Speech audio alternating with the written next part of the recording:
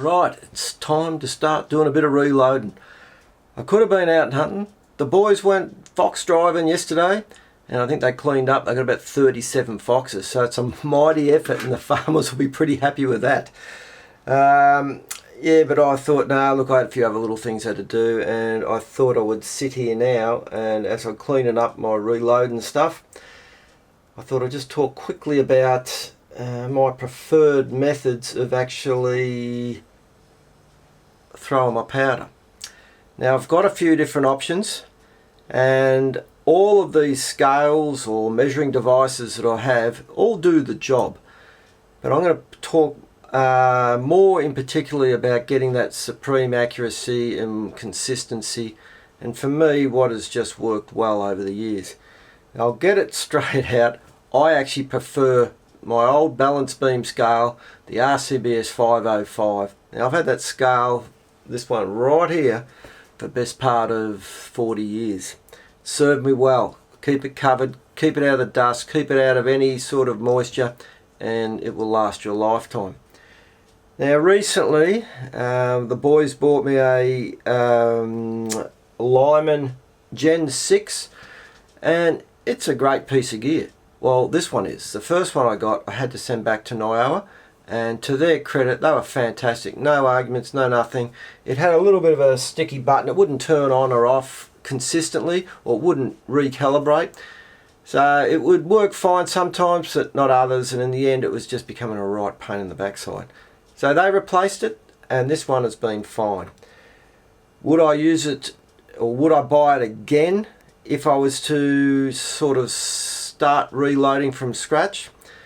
My advice, and one of the main reasons I'm doing this video, is to sort of give the heads up to some of the young guys that are starting up.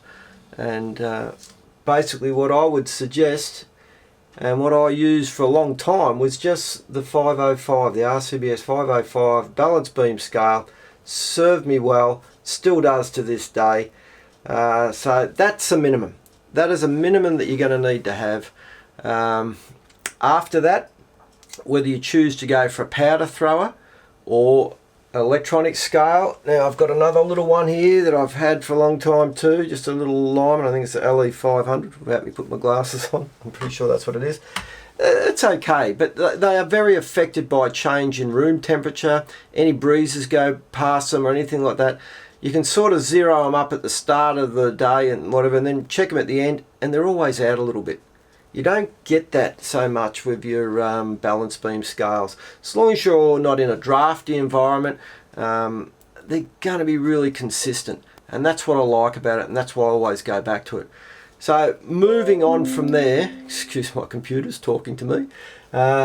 Moving on from there, I would probably then look at buying a powder thrower. Now, in this case, I've got a couple of these. This is the older version. This is the Reading BR series, and that's served me well. I've made my own arm up for it here, which basically just locks in under my little bench here. And you can see I don't have a large area that I use to do this, but what it does do is it allows me to have things set up, ready to go.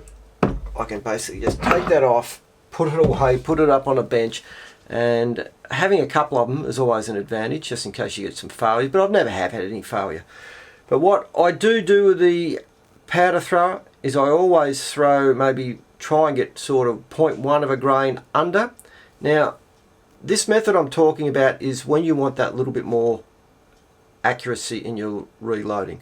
Everything else, everything here will be good enough for normal hunting accuracy, but when you want to go that little bit more in the precision direction, you're going to find that a powder measure, once you get consistent with the throwing of the arm on it, you're going to find that it'll do the job probably more consistently than any electronic device that I've used so far. From then I'll go straight back to the scales, and then I'll trickle up. I know it's slower, but you just can't beat it in the end. If you then want to move on to the next probably step up, it's a powder thrower, but probably a more precision powder thrower is a Harrell, and I think they're spelt Harrell.